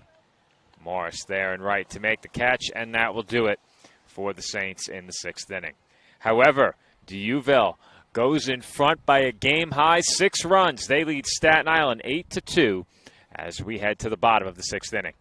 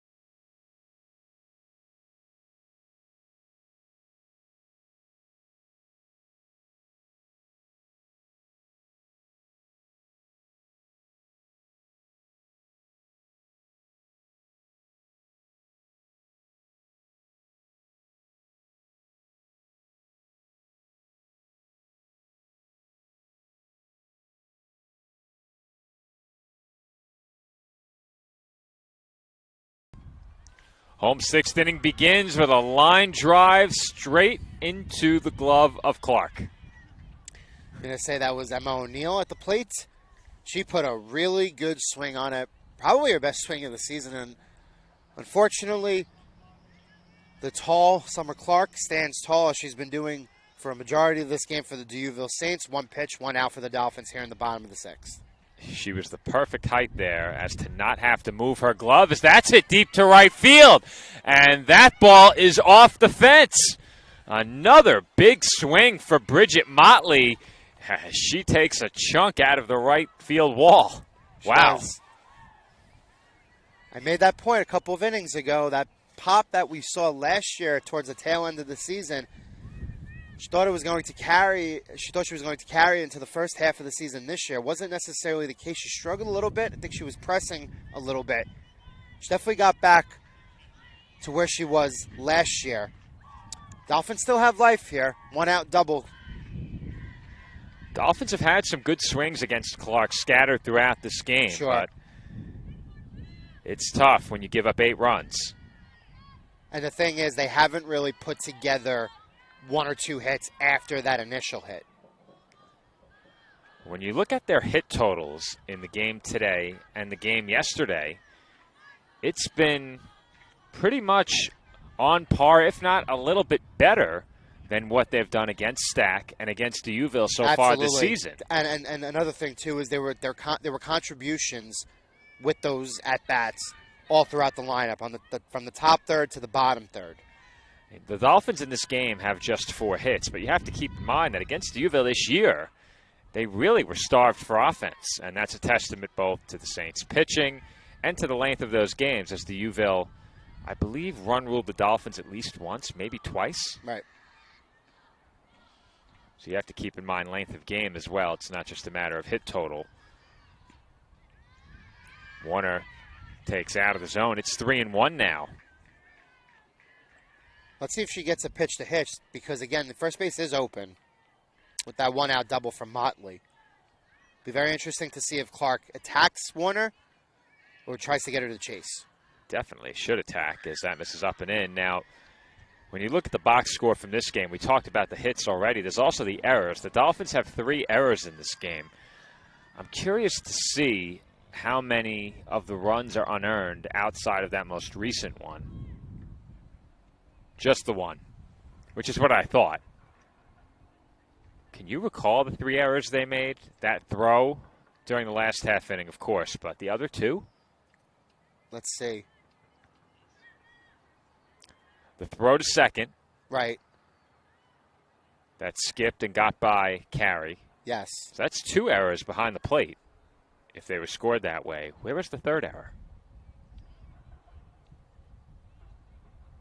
We'll have to dig around for that, because I can't tell you on memory. That's another thing that's so great about sidearm. You can sort by play type and immediately find the error.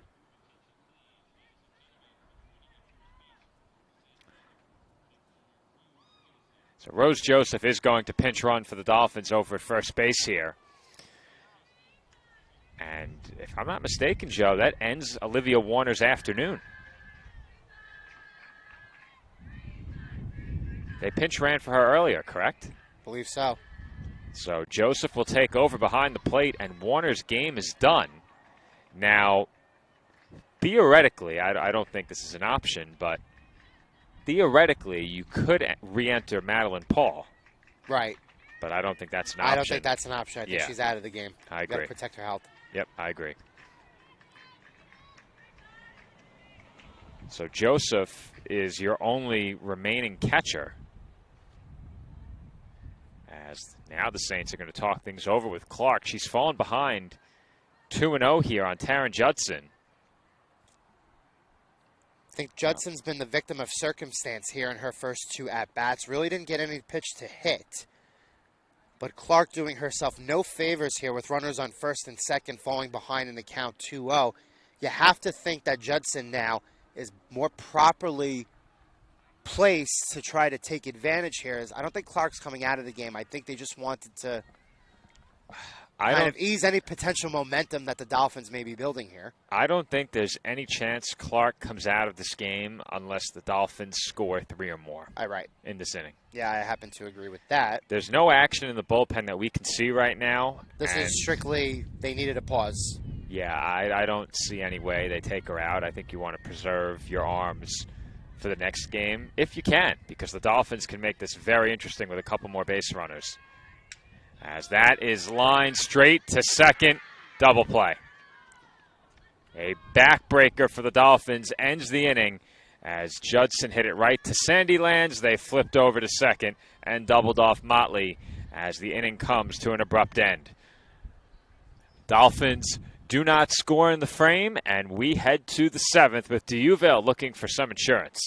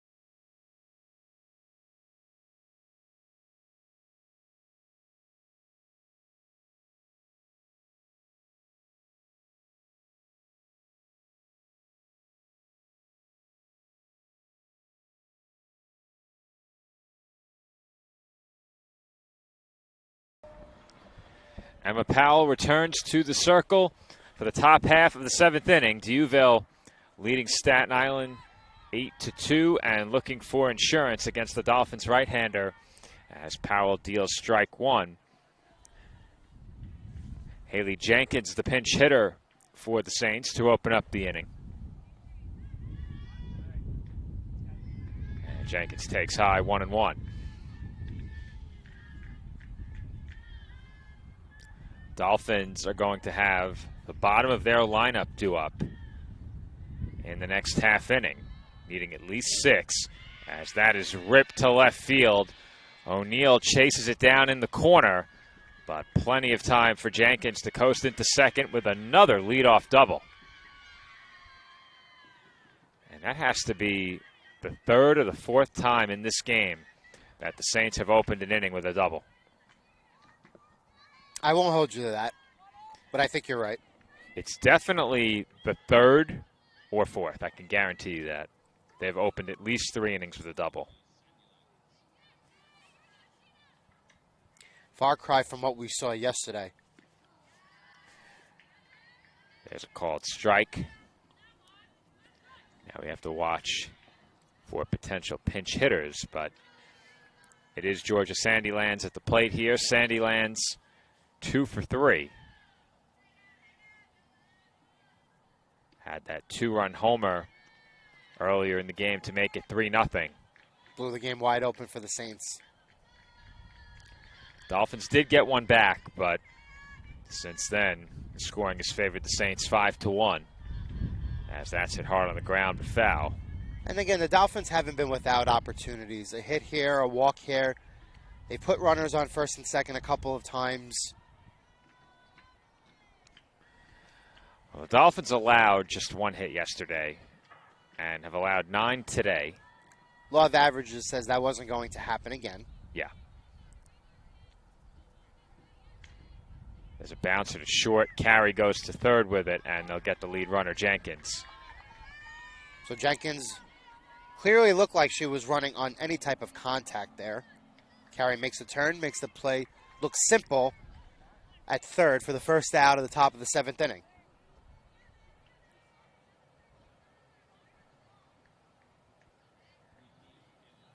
There weren't many situations yesterday where the Dolphins needed a key out with runners on base before that 6th inning, because the Spartans effectively had, I think, 1 base runner before that, as the chopper to second leads to the out at first. Have to make sure we didn't have another pinch hitter. It was Michaela Husser at the plate. She bounced it to Motley, who had to charge in and make a strong throw, but Husser is out. Over to second goes Sandylands. I was going to say, it's about the 4th time we've seen Motley make a relatively, I wouldn't say difficult, but non-easy type of play look very, very simple. She's had to charge in a couple of times. She made that diving play early in the game. And there's a bouncer to short, throw across the diamond in time. And very quickly, the Saints are retired, stranding 1 on base in the process. Well, Joe, we'll stay right here as we enter what could be the final half inning of the Dolphins season. You mentioned Motley's performance defensively in the field in this game, and I have to say, Joe, you and I have talked at length about, where we see or where we have seen the Dolphins that are on this team, some of whom won't be here next year, but where we saw them slotting in. And for you and I, Motley always slotted in at second base. I think she has been terrific at second this year. I think she, again, I've seen her around. She's really, really worked hard at it. She worked hard at it last offseason. She's going to work hard at it this offseason. I think, again, one of the strongest assets to the Dolphins this season has been how good they have been defensively. And it's interesting because, again, they've used a bunch of different defensive configurations. And earlier on in this game, we've seen somebody like a Madeline Paul, who we've seen mostly behind the plate, effective as an outfielder, despite the fact that, again, she doesn't really start there nearly as much. Injury was very unfortunate, but Mylene Mendoza has been in front of us. She made a couple of nice plays over the course of the 2 days here. She had that throw to the plate before. Abby Morris, there were a couple plays hit to her that she was able to get to, a couple of plays that she wasn't able to get to in right field, but I think she's been ultra solid. Haven't seen Emma O'Neill really start many games this year. However, as a defensive replacement, she's been good, so I think that is one of the biggest assets moving forward here, and a real testament to the coaching staff coming off of last year. Due up for the Dolphins here in the 7th, down to their final 3 outs. Mendoza, Carey, and Acosta, 7, 8, 9. As that one's grounded to the left side, deep in the hole. Arnaud throws out Mendoza for out number 1. But to your point, Joe, you look at the left side of the Dolphins infield, rock solid all year with Carey and Lopez. And 100 hitters, right? 100 hitters? Yes. Rolls right off the tongue, doesn't it? Two players who reached 100 career hits. That's a much better way to say it. Yeah, when you say 100 hitters, that sounds like they had a really tough year at the plate. Not quite. Not quite. Kaylee Carey at the plate now, swings and misses for strike 1. But that left side of the infield, rock solid all year. And those wigs in the dugout right now, real rock solid. All right, well, we're not going to talk about that. Mendoza really took over for the better part of the second half in center field. I think she was great defensively, and when she was in the lineup every game, Julia Del Masto was very good defensively in center field as well. So you had 2 center fielders who were definitely big-time net positive defensively this year. And then the corner outfield was sort of a revolving door depending on what you decided to do with the infield.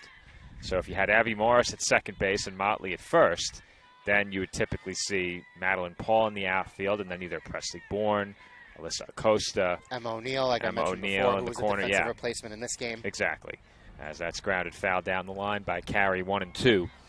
So I think when you have that many moving parts for the duration of a season, as the Dolphins did, it's tough to really settle into your role defensively. But despite that, again, I think everybody had been really, really rock solid all year defensively. And when it comes to the bats, big shout out to Olivia Warner.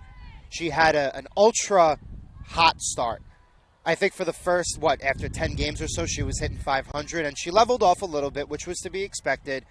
But she's always a consistent power threat in this lineup. Saw Bridget Motley come on later in the season here in the last couple of games, and here in Spark Hill over the course of these 2 days with the power that she showed. Taryn Judson will continue to work at it. She'll be a power threat for this lineup moving forward.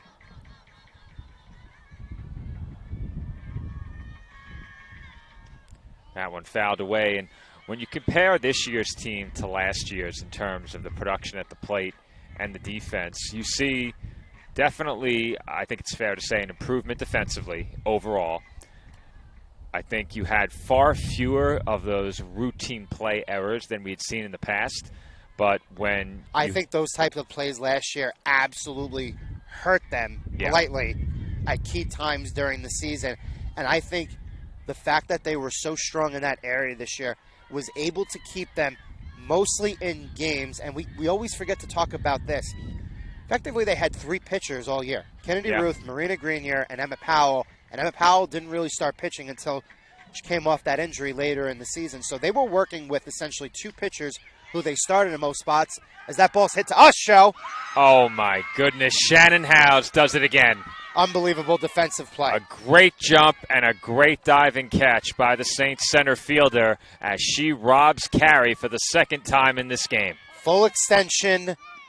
Again, I don't know if we're going to be in the shot there. Not that that matters. But she was running so hard to the fence. Full extension. Laid it out. Kind of a swan dive into the fence, almost. And she made that play look so easy.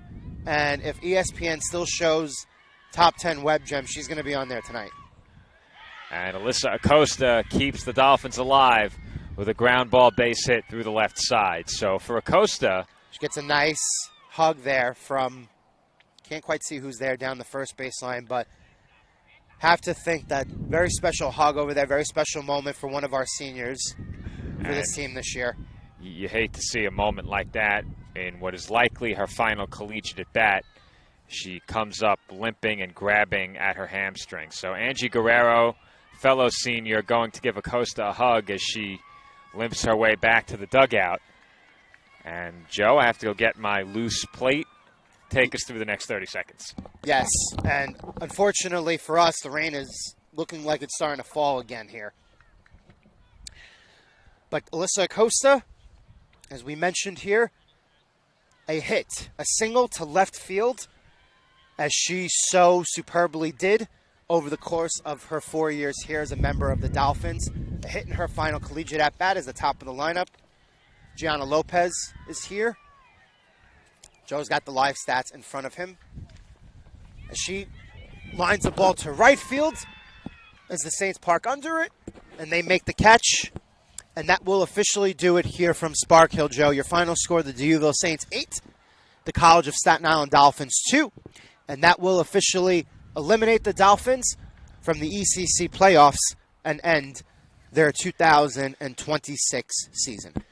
Well, Joe, it was a lot of fun covering this team this year, and that was the case each of the last 2 years. This Dolphins team right on the cusp of a postseason berth, both in 2025 and in 2024, came up short on the final day of the regular season in each of those 2 years, but they finally break through, making their first postseason appearance here in 2026 under a first-year head coach with plenty of roster turnover. And this team only graduates 3 seniors, so you would expect a lot of these players to be back next year.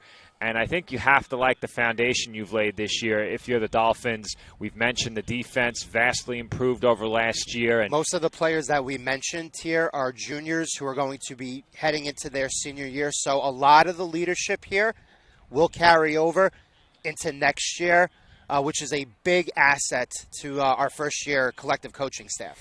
No question. And I think when you look at what this team did offensively throughout the year, it was a point I was about to make.